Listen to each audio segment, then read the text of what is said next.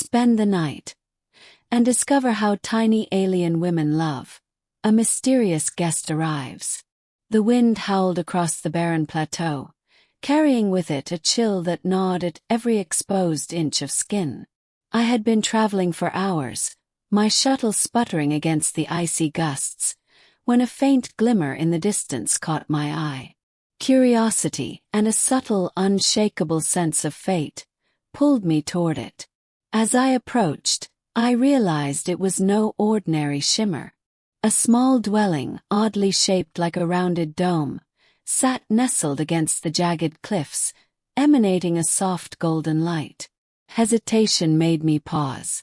The planet I had landed on was uncharted, and legends whispered among the galactic travelers spoke of tiny alien women who lived in isolation, fiercely protective of their homes and hearts.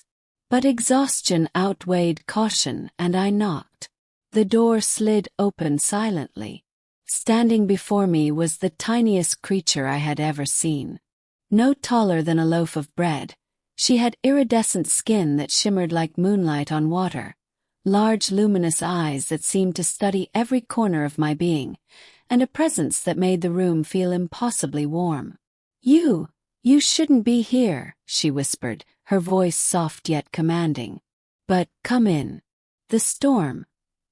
It is dangerous outside." I stepped inside, immediately struck by the intricacy of the space. Though small, the interior was alive with textures and colors I had never imagined.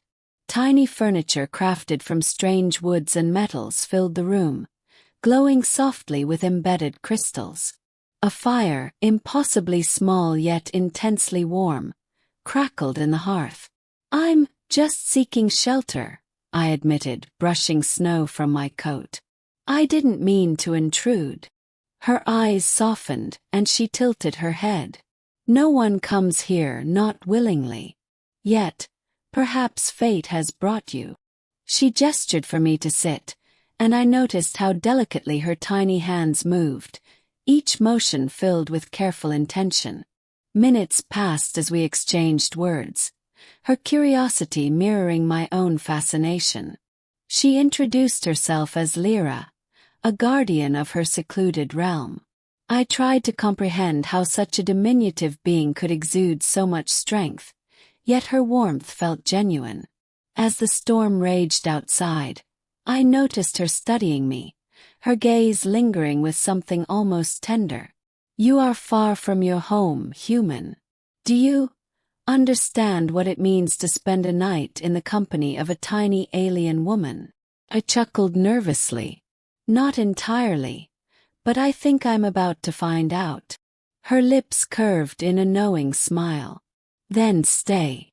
Night fell, and the storm's roar outside became a rhythmic backdrop. Lira moved with surprising agility, preparing a small meal, her gestures meticulous and thoughtful. She insisted I try the food, and though I expected strangeness, the flavors were divine. Layers of tastes I could not identify, yet each bite seemed to hum in perfect harmony with my senses. Afterward, she guided me to a tiny sleeping chamber, no larger than a closet, yet cozy beyond imagination. The bed, soft and cloud-like, seemed impossibly delicate. I sat on the edge, watching her as she adjusted blankets and pillows with care, her fingers brushing my arm briefly. A jolt of warmth traveled through me at the gentleness of the touch. "Sleep if you can," she whispered. "But know that here nothing is as simple as it seems. Tiny women. We love in ways the universe does not fully understand. And to spend the night with us is to discover those depths." I lay down, staring at the tiny glowing orb above my head, feeling the storm outside as if it were a distant echo. Sleep pulled me under slowly, but not before I felt her presence settle beside me. The sensation was strange, almost electric, yet entirely comforting. In dreams, she revealed herself more fully, not just as a fragile being, but as a force of care and curiosity intertwined. She showed me visions of her world, her people, the delicate rituals through which they express love. Every act, no matter how small, carried meaning. The arrangement of stones, the flicker of light across crystal surfaces, the warmth shared in silence. I awoke with the dawn, the storm now a gentle drizzle, feeling as if I had glimpsed a truth larger than the galaxy itself. Lira was there, tiny and radiant as ever, a quiet smile playing on her lips. "You survived the night," she said softly. "And now, perhaps you understand."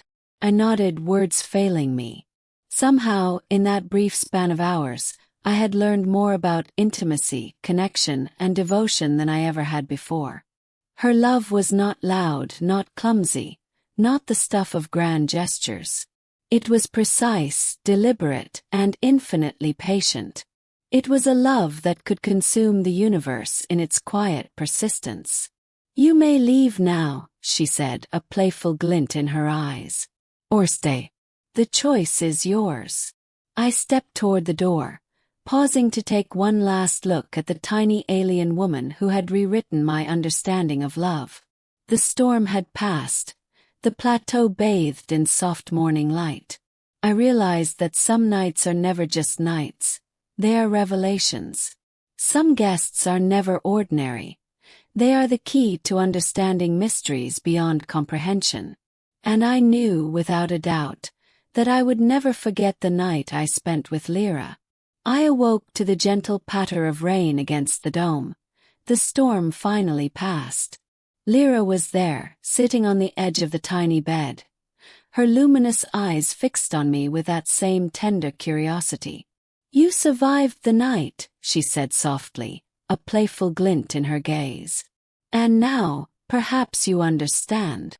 I struggled to put words to what I felt. The night had been more than shelter from a storm. It had been a revelation.